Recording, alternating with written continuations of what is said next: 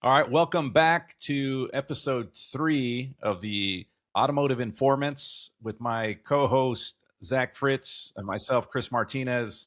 We got quite a few stories to unpack, and it's kind of interesting the recent stories, Zach. That when I think about what we're doing in the marketplace today, where everything is at, right? A lot of you know chaos, and that's what we're trying to do, right? Bring clarity to chaos. How you can still be a hero in this industry, sell more, make more, service more, do the whole thing, be profitable. And we think we can do that. I've proved it in any industry or in any market that I've been in automotive, and I've done it, for the last 23 years. Zach, what do you think of all this craziness? The industry's in a tough spot right now. As far as trying to navigate it, it's anybody's real guess. I think that the longer you've been in, the more of these kind of cycles you've seen, and it ebbs and flows, as with anything. But I'm not going to say the skies are pretty dark right now. There's not been a lot of great news. But I've always said this to people. I said, look, it doesn't matter if it's a down market or an up market, the best always figure out a way, right? Yeah. And when you think about some of the opportunities or just some of the things that are happening in the marketplace, that I don't know if you can call this an opportunity, but this was one of the recent headlines that I read, and it was 1.59 trillion in auto debt. Like Americans owe 1.59 trillion in auto debt. So, what do you think on that? I mean, I think just hearing it gives me a little bit of heartburn. It's hard to justify, 1.59 trillion of debt on probably what is the most well-known depreciating asset that somebody could buy is a car. Yeah. And what is that going to look like if anything destabilizes as far as, currency or banking or housing or jobs? It's a slippery slope. It can be. 2008, we saw something similar, not as far as like how much people owed, but, what happened the minute, something destabilized, everybody just said, here are my keys. And they actually turned around and said it to us, right? See the keys, see the car, see you later, right? Yes. The three C's in automotive, sir. Yeah, yeah. They told us that. Cause, concern, correction. That was my three C's for That's funny. being a mechanic. That's funny. Well, those balances, although they're up year over year, it's not a big spike. So it's you got to read through the headlines, right?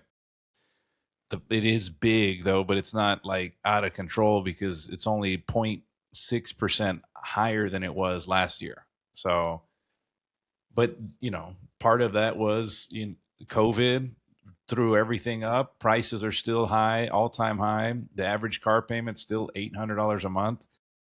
But what I did read is it said delinquencies have ticked up compared to pre 2020. Those delinquencies, that's a real thing.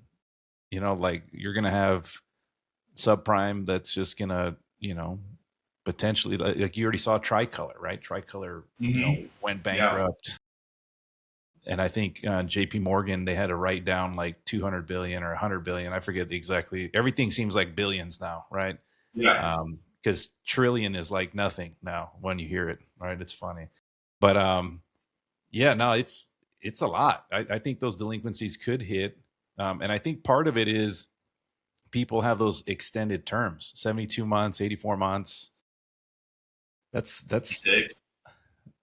96, like that. Yeah. That's a real thing.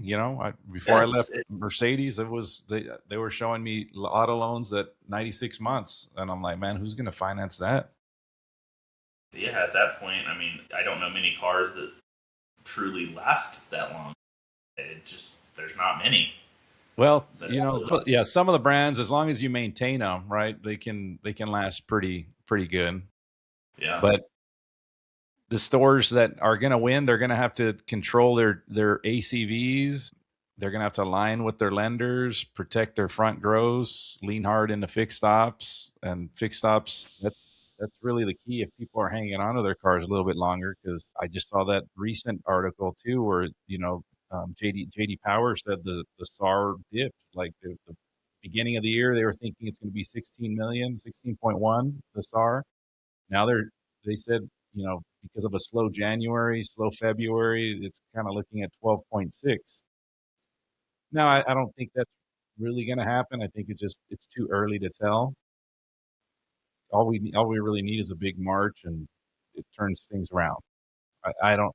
I'm not calling throwing in the towel on the SAR yet, but when you see this, you know, subprime delinquencies going up, things like that, you start looking at that, and you got to make sure that you're still in business, and you got to, shore up your inefficiencies. And if fixed ops is the direction, you better make sure that you know what you're doing.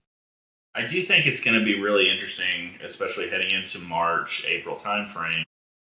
We're seeing rates start to come down a little bit. I think that there is going to be a lot more rate cuts coming.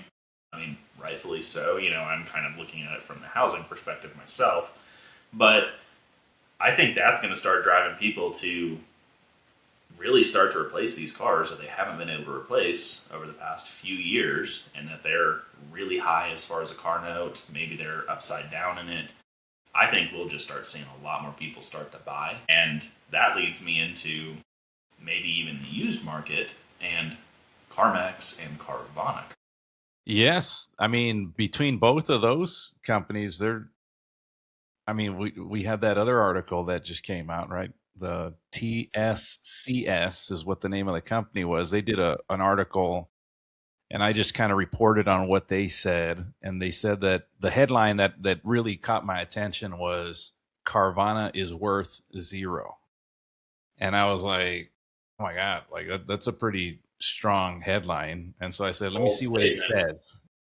I said, what does that mean? Because they had record revenue, record units. Their estimate came down. Was actually they missed their estimates because they ended up it was at like 486 in January, their stock, and then it dropped 40% or 20% after hours, and it's down 40% from January's $486 a share. I mean, still high because if you'd have It's one bought of it, the first times that Carvana hasn't bounced back as far as their stock. Because for well, but years, look, everybody knew it was the pump and dump stock, right? Like it would go up, it would drop, and you could just play but it. It was consistent. yeah, 3 years ago though, it was like $4 a share, and everybody was writing them off, specifically because Vroom went out of business. Right, like Vroom was big; they had a lot of investment. I think at one point there was like $50 million investment, and keep in mind they bought Texas Direct, which they spent $100 million on Texas Direct, which was selling 2,000 cars a month at the time. And then Vroom bought them, turned it around, tried to you know expand, didn't quite make it. I think their Hail Mary play was let's advertise on the Super Bowl, and then they just went under. Right, that same year they spent a fortune on these ads in Super Bowl, and the same year they closed. Everybody had written off Carvana at that point, and then especially when they bought Odessa, and nobody understood what they were doing there, but they were basically buying balance sheet because that Odessa was profitable, making I think it was 800 grand a year in net profit, or I forget what the number was specifically, but it made a lot of sense to try to push up their valuation. And then all of a sudden, their stock went from $4 a share to $486 a share, and they had a big run. So now you're peeling back the onion, so to say. Um, and what they're saying is, and I'll just read it specifically. It says that it's an TSCS, an independent equity research firm, titled their report bluntly, Carvana is worth zero. But here's why. Strip out the $685 million one-time non-cash tax benefit disclosed in Carvana's Q4 filing. Strip out gain on sale income from loan originations, and that's like the big one that everybody talks about. What remains is roughly 16 million in operating profit from actually selling cars against an enterprise value near 55 billion. So if it's only making 16 million, so Carvana being worth zero that's not really the case. They're still making $16 million, right? But it's but they did have some really positive things on the financials. What they said was they expect this year to be a 43% growth in units. So I don't know. I think it's a little far fetched to say Carvana is worth zero because their model, when they basically own the bank, which they partnered up with Ally, and I forget the other bank's name that also does business for Drive Time. I forget the name of the I know company. who you're talking about. Yeah. But they've got a unique model. It's hard to compete with a model like that. I know firsthand, like when I was at CarMax and people, when I first went to traditional dealers, I could sell a car for whatever we put.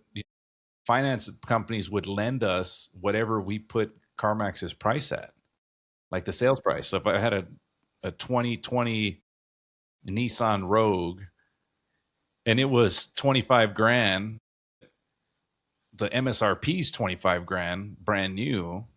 CarMax, the lender, would still loan off of that, even though it's a used car, which most dealers, they'd have to be at NADA value or JD Power value and say JD Power's 18 grand. And so they're only going to do 20% above that number. And so Harder to make the deal work. you can't unless the customer's going to put $6,000, $7,000 down, and CarMax, they'll get approved in a heartbeat. So CarMax doesn't you really just can't care what you compete with put that. down. What's Yeah. that? CarMax always never seemed to care what you put down. It was just, Well, because keep in mind, you didn't have to like that margin. They still make their margin because they can put whatever number they want on the car, and because the bank's still going to loan them whatever they sell the car for. And dealers, we can't operate that way. We can't put whatever we want on the car, and that's why they're generally, can be pretty expensive when you're looking at appraisals. When a customer says, "Hey, can you beat this price?" You're looking at it and like, yeah, I don't know if I can do that deal. that is one thing I always found was, I mean, CarMax did seem to always have pretty strong and, dare I argue, very fair appraisals.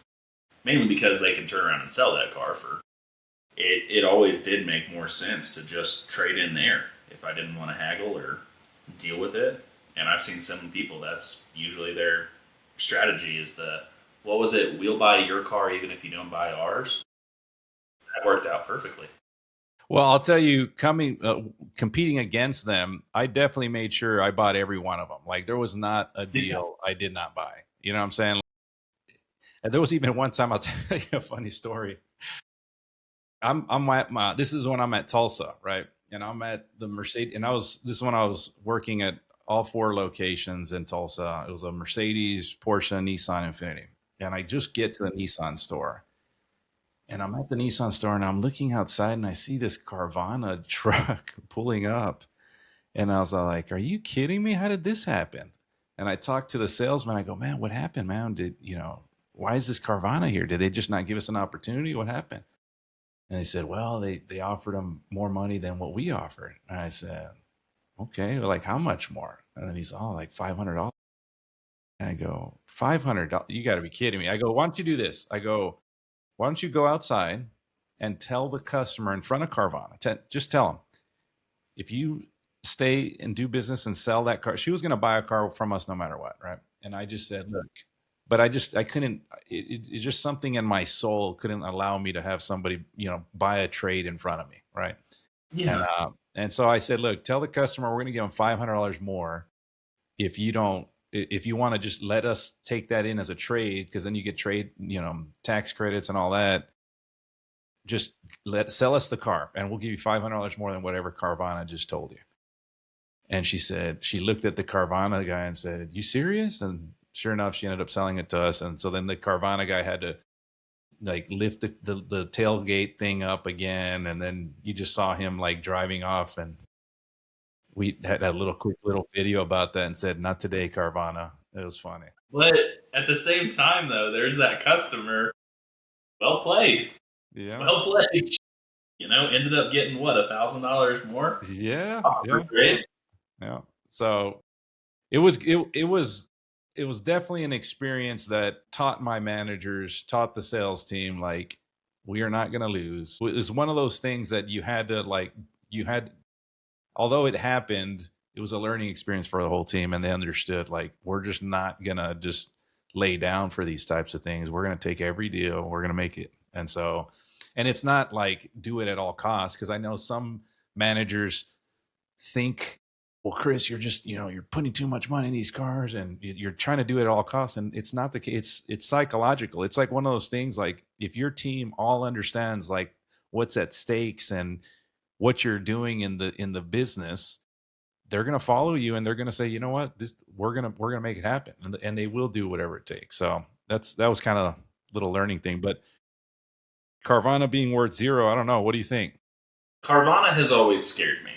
And I say this trying to figure out how deep down the rabbit hole do we want to go. I'll just give you an example that I think highlights what my experience with Carvana's been. Whenever I was Whenever Carvana first came out and they launched their San Antonio location, I was working at an Audi dealer that just so happened to get all of the overflow Audi and Volkswagen vehicles from them. Car came in, customer had brake concerns, there was squealing or making noise, I can't remember exactly what, but it was a situation in which they had pad slapped it and sent the car on its way. And then these were also the incorrect, I want to call them like the Amazon basic level parts. And with Euro stuff, you like to replace it with OEM stuff. So I remember we told Carvana, hey, it needs pads and rotors because as designed on that car, as the brake pad pushes into the rotor, it wears it, creates a groove. And then that ends up cutting a wire to turn your brake light on and say, hey, you need to service your system. They kept saying just turn it, which as you do that, you would just make the rotor super thin and that person would have no way to stop the car, creating a big safety concern. And I remember whenever we took that car in, quoted Carvana, hey, we need to replace all this. This is the right thing to do. They ended up having that car towed out on one of their flatbed trucks and took it to an independent shop who ended up turning the rotors and sent the car along their way. So it just comes down to what I've seen historically, which is just not the best business practice. And then also my experience whenever I worked at CarMax and Carvana came and they wanted to try to snipe every single CarMax employee and were holding interviews in a hotel room. Just a lack of respect for Well, people across the industry. some people call it lack of respect. Some people call it business, right? And I'll tell you, somebody a long time ago told me first thing to go away when you're trying to cut costs and trying to look for ways is quality, right? And Yeah. when he told me that, I was like, I don't know, I don't it didn't feel right. But then Mm-hmm. fast forward to, let's say, 2-3 months ago, maybe 4 months ago, I don't remember when it was, maybe 2-3 months. Every Mm-hmm. day kind of like runs into each other nowadays. I don't even know my timelines anymore. Yeah, um it's weird. but I'll tell you that, look at just the recent news on CarMax, right? And I hate to just bring them up, but this was just so recent that it's fresh in my mind. But CarMax just recently announced they're gonna do $150 million in advertising. Okay, and I thought, that's interesting. $150 million. Like a month before, a couple of weeks before, they said, hey, we're gonna do away with our 90-day warranty and we're gonna go to a 30-day warranty. And I Yeah. thought, well, me personally, I know that those 90-day warranties usually cost about $300. It may have cost them more. I don't know. I don't know what their cost is on those warranties, but there is a cost associated to it. If it was at my stores, it might have been $300, right? The 90-day. To go to a 30-day, maybe that's $100, right? The cost. So then you do the math. They do about 800,000 cars a year, right? And so 800,000 a year. If you go from 90 days to 30 days, that's going to save you about $200 a car. So then you do the math: 800,000 times 200, and guess what the math comes out to? It comes pretty close to that 150 million. So it's actually 160 million. But I'm not saying that's what they did or how they found the 150 million to advertise. It could be. I don't know. And they also I have. mean, maybe that extra 10 million that can just be a yearly salary. Yeah. Well, yeah. Well, who's the new CEO? I don't know who the new CEO. Oh, mints on pillows. Okay. That one. Yeah. Have you So heard about that? no, I haven't heard about that. He So he was like came a from. hotel guy, right? Yeah. He said that his opening, welcoming myself to CarMax speech was all about, well, we're going to put a mint on the seat of every single car. Well, that might work. I don't know. Maybe. I We'll still see. believe in CarMax. Maybe I was brainwashed, when I started my career at CarMax, and I think the world of that company. I think they've done a great job. I think they've executed very well. The people, the founders in the beginning, to be able to build a company that big and what they've done. I mean, it's a household name in the United States. They can go into any market and completely, you know, make an impact there pretty quickly, except if I'm in that market, you know what I'm saying? Because I can definitely take some market share from them, but I'm just kidding. Yeah, no, I'm not kidding, but I am kidding. But I don't know. I still think they have I don't know what kind of operator that guy is because there really is something with having a good operator. And he may be amazing. He did amazing things in the hotel sector. But car business can be a little different, and there's some nuances that you just don't know if you've never done it, and it'll be interesting to say the least. I think so. I mean, my to kind of wrap up CarMax and Carvana, I definitely personally have a higher opinion of CarMax. Still, I mean, even though some of my YouTube stuff has not been the biggest advocate of CarMax, but those are for reasons that I think I clearly explain. And if CarMax could just go back to how the store was ran in like '04 to like '06, that was peak CarMax. The best car buying experience, the way car buying should be, and they just got away from it. And so I'm hoping the new CEO can bring it back. I will say, there is kind of a quiet giant that I don't think a lot of people realize is in the space and sits right in between the two. Do you know who I'm talking about? I don't know who you're talking about. Echo Park. Echo Park, huh? They closed some of their stores recently, so I don't know. I think they're down to like 20 stores or something. I don't know. They had quite a few, and they've kind of like reduced the footprint. So I don't know. I don't know much of them outside of I thought they're Sonic stores. Yes. Yeah, there's Sonic Automotive. So I'm not sure. I know it's not the easiest space. I can tell you where Carvana, I believe they took big market share from them is they went all in social media and the whole angle of buy from your couch. And so like you could see that for, I don't know, the last couple of years, like I'd always see Carvana on Facebook and TikTok and Instagram, and you'd see them there, like they owned that space. And as a result, they're the household name that CarMax was, I think. Was, yeah. Yeah. So Because they don't have Shipmax anymore. We ship your ship. I miss those commercials. I really, really do. If they could bring back those commercials, I think that they would win. yeah, they just got to own it in social media because that's where I think Carvana stole their lunch. But we got one more, and it's not that much. You don't hear it that I hear it a lot, but not as much in automotive today. I think we'll talk about it more probably at the end of the year. We'll talk about it next year, but you hear about it, but not the attention that I think it should get, and it's the robotics, right?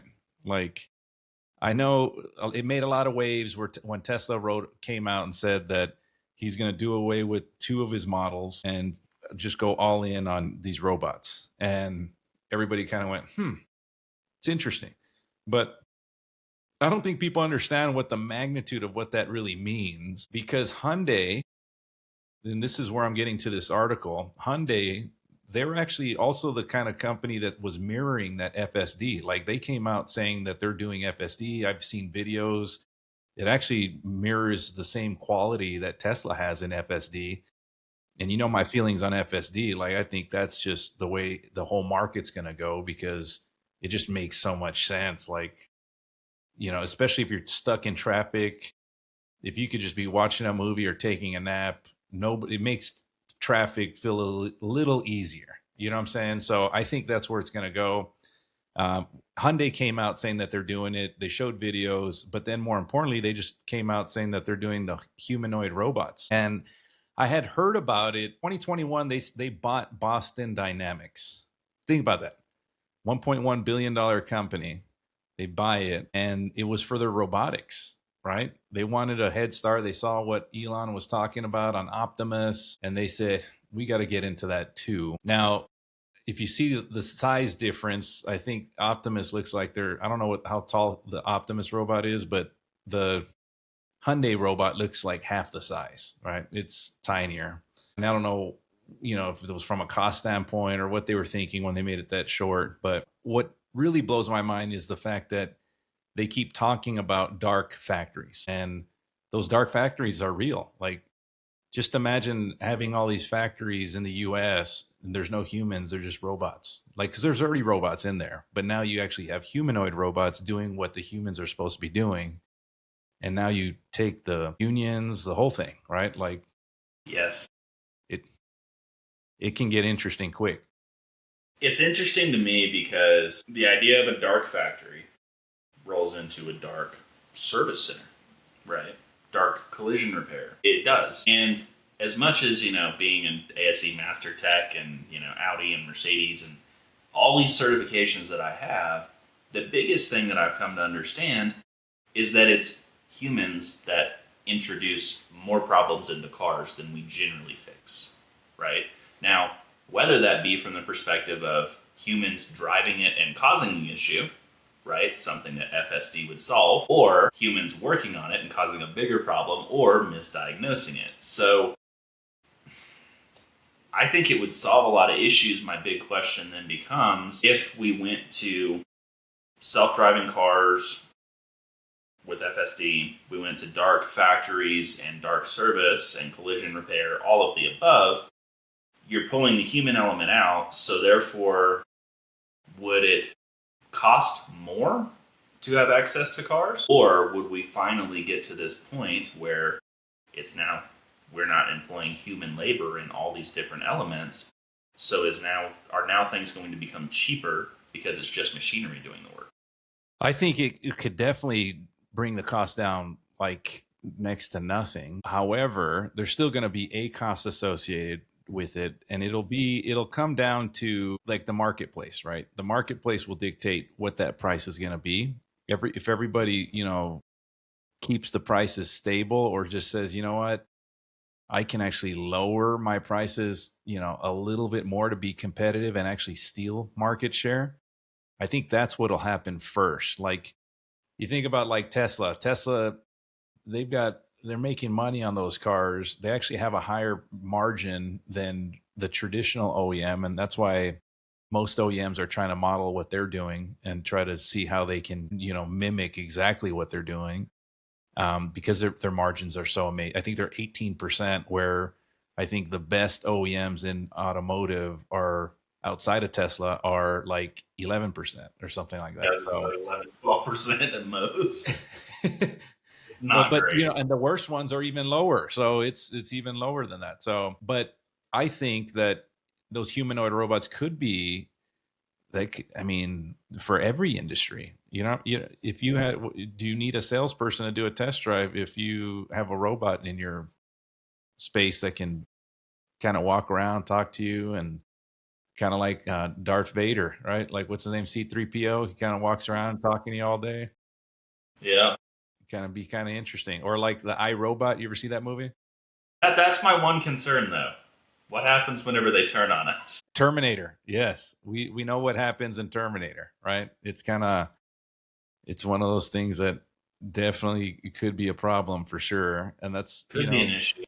I think about, the AI and why it was important that some of the AI companies are trying to make it more about being truth than covering that, because there is a lot of censorship that in the United States. I never thought that we were being censored or there was propaganda, but once I red pilled, or not red pilled, but in the movie Matrix, the blue pill or the red pill, like you start uncovering things with these Epstein files, and you start thinking like, oh my God, was this just all make believe, and somehow we just woke Have up and you this is all have you real? gone through the list of automotive names that are in that list? Or No, in I those? didn't. Which ones are those?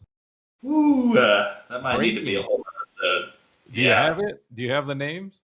I have a list. I'll send it to you. We'll talk Yeah, about that offline, but we might do a video on that. Dude, it just everything's a simulation at this point. What are we to do?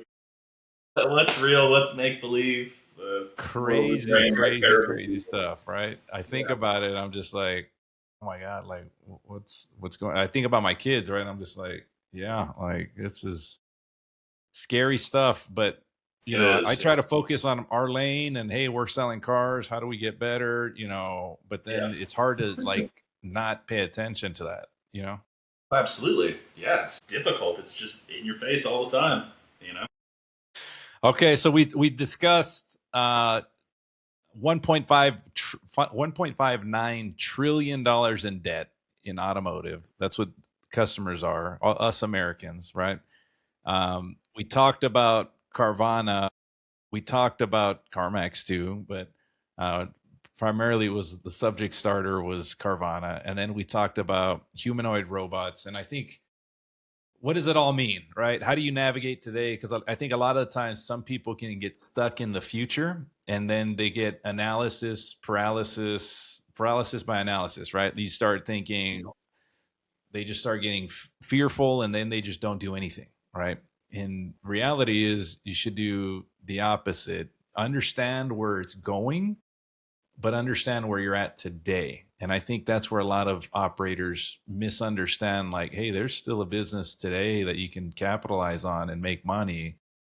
And that's where you need to stay focused on the basics, the blocking and tackling. Those things never change. Doesn't matter if you're in an up market or a down market. You stick to the fundamentals, and you can kill it. So what are your thoughts, Zach? Final thoughts? Any thoughts to add to this?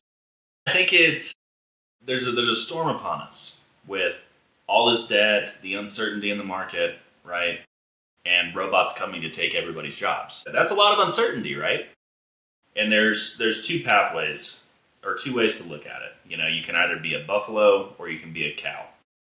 And the difference being, whenever there's a big snowstorm coming, buffalo, they turn and walk into the snowstorm because they're going to get to the other side a lot quicker, to greener pastures and sunshine. Cattle, they run away, tire themselves out until the snow catches up to them and they die.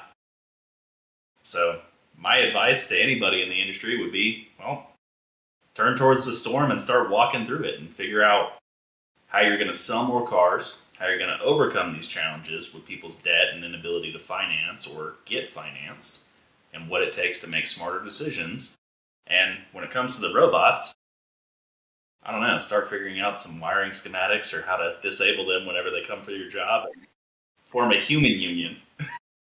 That's fun. Hey, now that was a mic drop right there. The buffalo, be the buffalo. I wish I had a You little need the button to buffalo. say, dee, Yes, dee, dee, dee. That's, we need to get some of those cool tools. So we do. definitely a mic drop moment for sure. Be the buffalo. You guys hear it? Automotive informants. Be the buffalo. Zach, it's been an amazing conversation. Love Yes, where sir. we're at today. Love where we're going. I think the future is bright.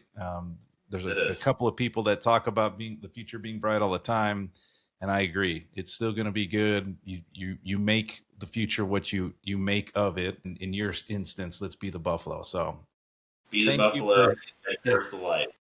let's do it. Thank you guys, and we'll do this again next week. See you. See ya.